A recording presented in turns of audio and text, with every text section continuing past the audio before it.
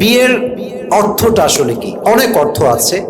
পুরুষের কাছে এক অর্থ, নারীর কাছে আর এক অর্থ। বিয়ে মানে হচ্ছে একজন পুরুষের কাছে বউ। বিয়ে মানে আমরা বুঝি যে আমাদের লাইফে একজন মেয়ে আসবে, who will be my wife, সে হবে আমার জীবনের অর্ধাঙ্গিনী। ঠিক কিনা বলেন যুবক ভাইরা? আবার একজন মেয়ের কাছে বিয়ে মানে হচ্ছে একজন পুরুষ, একজন হাজব্যান্ড, একজন স্বামী। তো ওয়াইফ মানে শুধু ওয়াইফ না, হাজব্যান্ড মানে জাস্ট হাজব্যান্ড না, একটা বিয়ে মানে শুধু স্বামী স্ত্রীর সম্পর্ক নয়, পুরো দুইটা বংশের একত্রে মিলন হওয়ার নাম হচ্ছে বিয়ের সম্পর্ক। ঠিক কিনা বলেন? এটা হচ্ছে বিয়ে। তো বউ মানে কি? বউ মানে হচ্ছে আপনার সুখ এবং দুঃখের সাথী।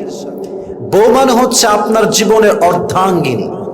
বউ মানে হচ্ছে আপনার অভিমানের জায়গা, আপনার ভালোবাসার জায়গা। বউ মানে হচ্ছে সেই নারী যাকে ধমকও দেওয়া যায়, শাসনও করা যায়, এট দ্য সেম টাইম তাকে আদর করে ভালোবেসে আবার বুকেও জড়ানো যায়। ঠিক কিনা বলেন?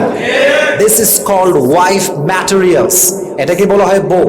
তো যার জীবনে ভালো বউ আছে, ভালো জীবন সঙ্গী আছে, তার জীবনে সে কিছু পাক কিংবা না পাক, তার আফসোস করার কিছুই নাই, কারণ সে দুনিয়াতেই স্ত্রীর মাধ্যমে জান্নাতে একটা সুখ অনুভব করেছে। সুবহানাল্লাহ পড়ুন সবাই আপনারা। সো বিয়ের ক্ষেত্রে চিন্তা করার দরকার, ভেবে চিনতে ডিসিশন নেওয়ার দরকার। যুবক ভাইরা আছে না নাই? আসলে আমরা বিষয়টা ডিপলি ঢোকার ট্রাই করি। একটা তাকবীর দেন সবাই মিলে, লিল্লাহি তাকবীর। দেখেন, আমরা বিয়ে করতে গেলে খুব ডিপ্রেসড হয়ে যাই, হতাশ ফিল করি। এটা আমাদের অনেক অভিজ্ঞতা আছে, আমরা ট্রাই করেছি বা করছি। এর কারণ বিয়ে করতে গেলেই মনে হবে যে হয়তো বা এর চাইতে আরো বেটার অপশন আছে, এর চাইতে হয়তো বা আরো সুন্দরী আছে, এর চাইতে হয়তো আরো ভালো আছে। আর একটা বড় বিষয় হচ্ছে আপনি কাকে বিয়ে করবেন। আমাদের দেশে অবস্থা এমন হয়ে গিয়েছে, শতকরা 5জন মেয়ে এরকম পাওয়া মুশকিল হবে যে বাসরতার স্বামীর হাত ধরে বলবে যে আমার এই হাত প্রথম তুমি পুরো যে স্পর্শ করেছো। এমন মেয়ে পাওয়া খুবই মুশকিল যে মেয়ে বাসরতে বলবে স্বামীকে যে আমার এই দেহ, এই সতীত্ব তোমাকে আমি এমন ভাবে দিলাম যে সতীত্বে একটা কলঙ্কে কোনো দাগ নাই। এরকম মেয়ে পাওয়া খুবই রেয়ার যুবক ভাইয়ার। আজকালকার যুগে ভার্জিন, সতীত্ববান, চরিত্রবান মেয়ে পাওয়া খুবই মুশকিল। বাট হ্যাঁ, আমরা যে কনফার্ম জান্নাতি এটা আবার এরকম না।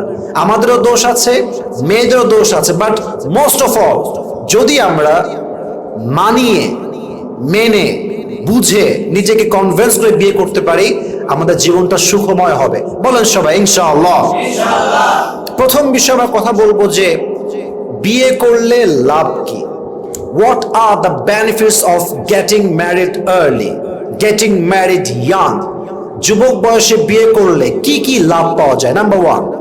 Number 2, what kind of quality that we should look for our future wife.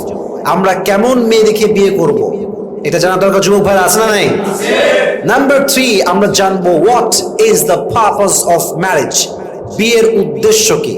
and finally আমরা জানবো how to take the preparation of marriage, বিয়ের জন্য আমরা কেমন ভাবে প্রস্তুতি নিব। এই 4টি বিষয় আজকে আমরা ইন ডিটেইলস যতটুকু পারা যায় কথা বলবো। সকলে বলেন ইনশাআল্লাহ। প্রিয় ভাইরা, বিয়ে হচ্ছে একটা জান্নাতি সম্পর্ক। সুবহানাল্লাহ পড়বেন না তো সবাই? প্রথম বিয়ে হয় জান্নাতে। আদম আলাইহিস সালাতু ওয়াস সালামের সাথে হাওয়া আলাইহিস সালামের বিয়ে হয়। এবং হাদিসে আসছে প্রত্যেকটা নবীর 4টা সুন্নাত কমন ছিল। প্রত্যেকটা নবী 4টা সুন্নাত পালন করেছেন। 1, আন-নিকাহ, বিবাহ। 2, আত-তাআত্তুর, সুগন্ধি ইউজ করা। 3, আস-সিওয়াক, প্রত্যেকটা নবী মেসওয়াক ইউজ করেছেন। তাহলে এই যে গুরু আমাদের নবীদের 4টা সুন্নাত ছিল, একটা হচ্ছে বিয়ে, আর একটা হচ্ছে মেসওয়াক করা, আর একটি হচ্ছে যেটা আমরা জানলাম সেটা হচ্ছে যে কয়টা বলেছি আমি? 3টা। এক হচ্ছে বিয়ে, 2 নাম্বার হচ্ছে মেসওয়াক করা, এবং 3 নাম্বার হচ্ছে আত-তাআত্তুর, সুগন্ধি ইউজ করা। 4 নাম্বার হচ্ছে লজ্জা। প্রত্যেকটা নবী লজ্জাশীল ছিলেন। সুবহানাল্লাহ পড়বেন না আপনারা সবাই? আসলে আমরা জেনে অল্প বয়সে বিয়ে করার উপকারিতা কি কি আছে হাদিস এবং কোরআনে। 1, যে ব্যক্তি যুবক বয়সে বা আর্লি বিয়ে করে, অল্প বয়সে বিয়ে করে, তার প্রথম লাভ হচ্ছে তার চোখটাকে আল্লাহ তাআলা জেনা মুক্ত করে দেয়। সুবহানাল্লাহ পড়বেন না? চোখটা হারাম দিকে আর যায় না। যার বাসাতে চাঁদ আছে তার বাহিরে গিয়ে মোমবাতি আর কোনো প্রয়োজন হয় না। কথা ঠিক কিনা বলেন যুবক ভাইরা? আপনার চোখটা অটোমেটিকলি ডাউন হয়ে যাবে। আপনি গায়রে মাহরাম নারী দিকে তাকাবেন না, কারণ আপনার বাসাতে আপনার বউ আছে। 2 নাম্বার, বিয়ের সবচেয়ে বড় উপকার হচ্ছে আপনার লজ্জাস্থানের হেফাজত হয়ে যায়। আপনার প্রাইভেট পার্টটাকে আল্লাহ তাআলা হেফাজত করেন। এটা আমার কথা না, হাদিসের কথা। হাদিসে আসছে, মান ইসতাতাআ মিনকুম আল বাআ ফালইয়াতাযাওয়াজ ফাইন্নাহু আগাদ্দু লিল বসর ওয়া আহসানু লিল ফরজ।